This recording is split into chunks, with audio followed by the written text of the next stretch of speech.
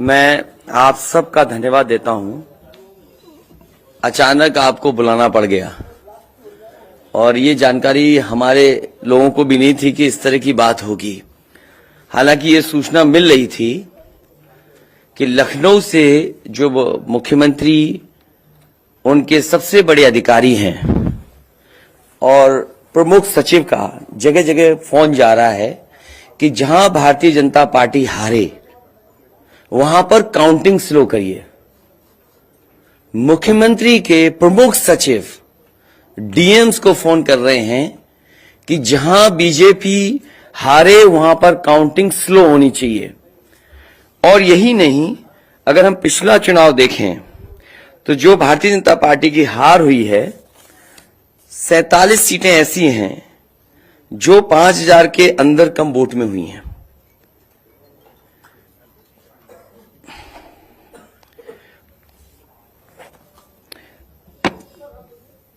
सैंतालीस सीटें ऐसी हैं पिछले चुनाव की जहां पर 5000 वोट के कम फासले से भारतीय जनता पार्टी जीती है।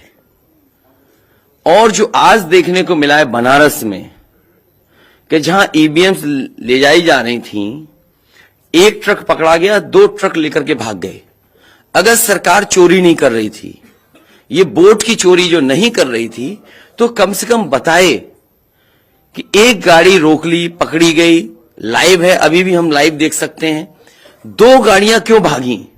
अगर कोई चोरी नहीं थी, प्रशासन ने, सिक्योरिटी ने इतना इंतजाम क्यों नहीं किया? इतनी फोर्स है अभी इलेक्शन की फोर्स गई नहीं है यूपी से, तो आखिरकार अधिकारी क्यों नहीं कर रहे थे? क्या वजह है कि बिना सिक्योरिटी, बिना इतने इंतजाम के ईवीएम्स जा रही हैं? और ईवीएम्स के बारे में ये मानना है कि किसी भी वेयर हाउस में रखी हो या किसी भी स्ट्रांग रूम में रखी हो, तो बिना प्रत्याशी के जानकारी के आप मूव नहीं कर सकते हैं।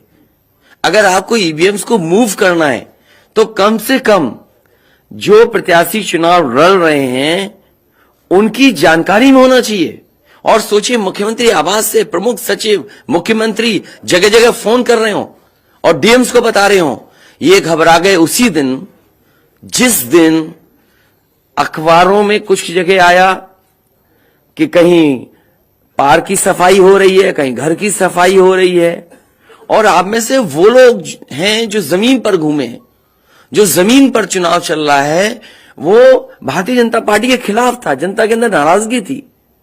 ये जो कल एग्जिट पोल आए हैं, मैं एग्जिट पोल पर बोलना नहीं चाहता था, लेकिन जो एग्जिट पोल आए हैं वो कहीं ना कहीं परसेप्शन ये क्रिएट करना चाहते हैं कि हां भारतीय जनता पार्टी जीत रही है, जिससे वो चोरी भी करें अगर, वो भी ना पता लगे कि हां चोरी हुई है। इसीलिए अगर हमने वोट दिया है तो मैं अपने नौजवानों से, किसानों से और आम लोगों को कहूंगा कि उतनी हमारी जिम्मेदारी बनती है कि वोट को हम बचाएं। अगर वोट नहीं गिना जाएगा तो लोकतंत्र कहां जाएगा? और ये लोकतंत्र की आखिरी लड़ाई है।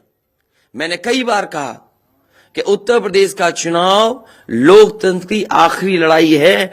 इसके बाद तो जनता को क्रांति करनी पड़ेगी, तभी बदलाव आएगा। इसलिए मैं अपने पार्टी के लोगों से और जो सच्चे ईमानदार, सच्चे सिपाही हों, सच्चे अधिकारी हों, सच्चे पत्रकार हों, कम से कम आगे आए और लोकतंत्र को बचाने के लिए खड़ा हों। और मैं अपनी पार्टी के लोगों से कहूंगा कि जब तक काउंटिंग न हो जाए तब तक कम से कम ये नजर रखें और लगातार निगरानी रखें कि कैसे वोट बचाया जा सकता है, कैसे जहां पर मशीनें रखी हैं कोई किसी का आना जाना ना हो। ये लोकतंत्र के लिए बहुत ही खतरे का समय है। जो दल हार गया, अब उसके बस में यही है जो अब करने जा रहे हैं। ये जितने कुछ एग्जिट पोल हुए हैं वो इसीलिए हुए हैं कि अगर वो चोरी भी करें तो शायद नजर ना आए। अब ईवीएम्स पकड़ी गई हैं, बहाना कोई ना कोई अधिकारी बताएंगे कि हम ईवीएम्स इसलिए ले जा रहे थे। आखिरकार फोर्स के साथ क्यों नहीं ईवीएम्स जा रही थी? ये तो ईवीएम की एक बनारस की जो अभी भी लाइव चल रहा है वो घटना है। बरेली में एक स्ट्रांग रूम से बाहर नगर पालिका की कचड़े की गाड़ी में, जिसका नंबर UP25 DT 9166 में 3 बक्से सील पकड़े गए, जो सील बक्से थे। एक बक्से में सादा बैलेट पेपर था तथा 2 बक्से में मोहरें, रजिस्टर तथा सील करने वाला सामान था। करीबन 500 बैलेट पेपर पकड़े गए। इसी तरह सोनभद्र का है कि सोनभद्र में भी बड़े पैमाने पे चीजें पकड़ी गई। वो भी लोग समझ में आ गया तो उन्होंने देखा, SDM को रोका। SDM घोरावल जनपद सोनभद्र में खाली मत पर अपनी गाड़ी से पॉलिटेक्निक कॉलेज ले जाते हुए पकड़े गए। क्या सफाई देगी सरकार? इसीलिए मैंने कहा, प्रमुख सचिव मुख्यमंत्री, आप जानकारी कर लें। अगर आपके DMs कोई जानकार हैं, उन्होंने खुद बताया है कि वहां से लखनऊ से फोन आ रहे हैं कि जहां पर भारतीय जनता पार्टी हार रही हो, वहां पर काउंटिंग स्लो हो और रात तक काउंटिंग लेकर के जाइए।